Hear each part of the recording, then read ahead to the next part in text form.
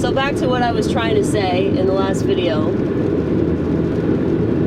I think that if you grow up religious, if you grow up with people that aren't a good example of what they claim they believe in, and I've seen this with all faiths, but especially the Christian religion, because I live in America. I live in the South too, and you get a lot of Southern Baptists, you get a lot of Church of Christ, Mormons, okay?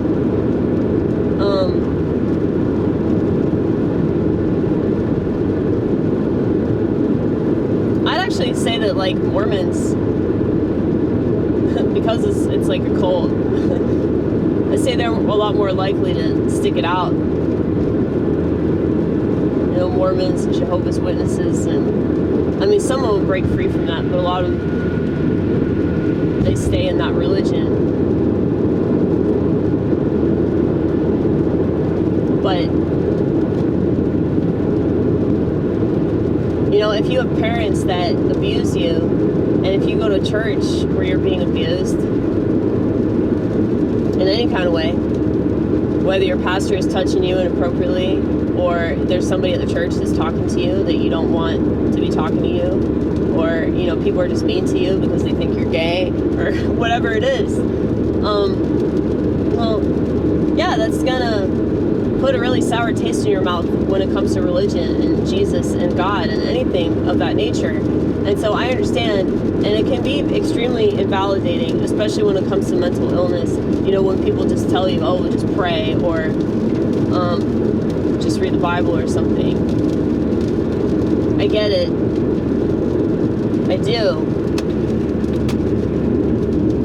That's why I think God is using me as some sort of bridge. Because I didn't grow up with religious parents. My parents might as well be secular. But when I moved to the state of Tennessee, Bibles were being thrown at me. And when I'd go to church with my religious friends, you know, I just got a really bad vibe from a lot of those people. Really, like, haughty, judgmental vibe. And it's one thing to have righteous judgment. It's another thing to be haughty. If I'm ever that way, forgive me, please, forgive me. I do not want to be that way. That is wrong. Christians should not be haughty. Righteous judgment is not about haughtiness.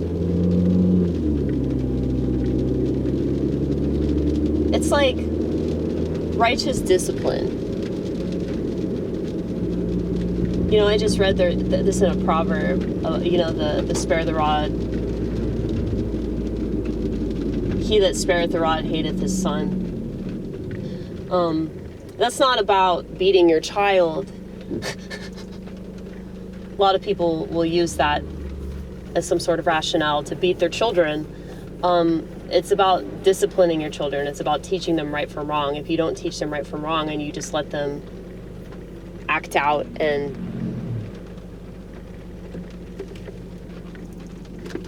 do things they're not supposed to do, it's like, yeah, you really hate your kids if you just let them do whatever they want. And I'd say that's true of everybody. You know, if you spare the rod with anybody,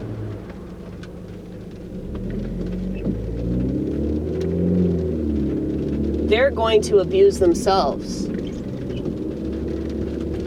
because they didn't actually receive the discipline that they were supposed to receive, you know?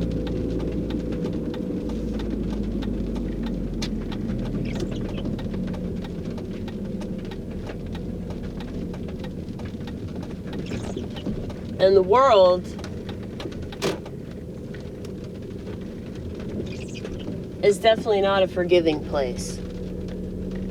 You know, that's why if you are a Christian or if you are just a God person in general, you need to be the best example of your faith, because if you're not, then your kids are going to see straight through that and they're going to turn so far away from the church it's not even funny.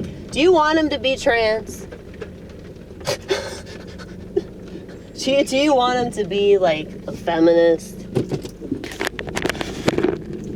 Because your kids are more likely to join some leftist cult if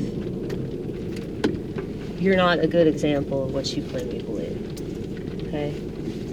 So, where is that?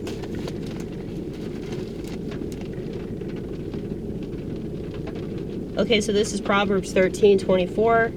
He that spareth his rod hateth his son, but he that loveth him chasteneth him betimes.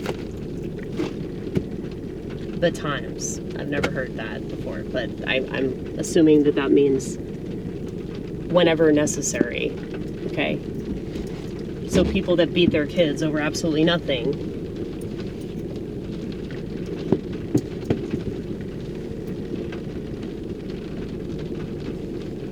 their kids are going to either hate them for that or hate them for that, but they're probably going to end up beating their kids too.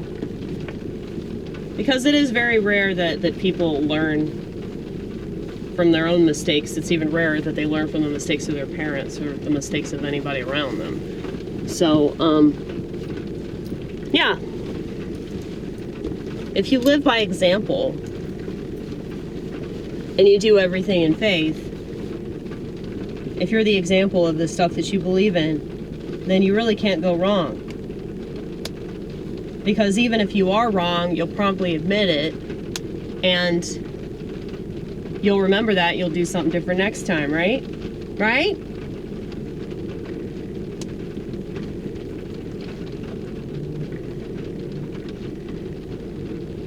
Well, yeah, it's important to, you know, chasten people that you care about if you want them to do better. And at this point, you really do have to treat everybody like a child, because that's exactly how they behave, you know? So depressing. Say hi to propaganda, though. A dinosaur made in China.